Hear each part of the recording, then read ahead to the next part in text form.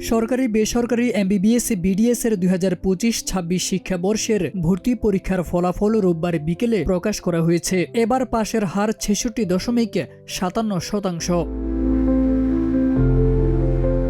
ভর্তি পরীক্ষায় মোট পাশ করা পরীক্ষার্থী 81,642 জন, যাদের মধ্যে পুরুষ পরীক্ষার্থী 31,128 জন এবং নারী পরীক্ষার্থী 50,514 জন।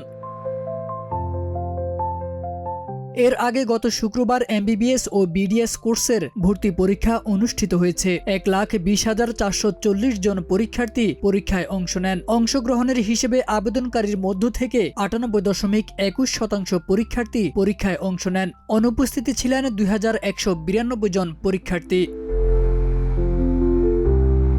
তারেক আজিজ খান, প্রজন্ম 24।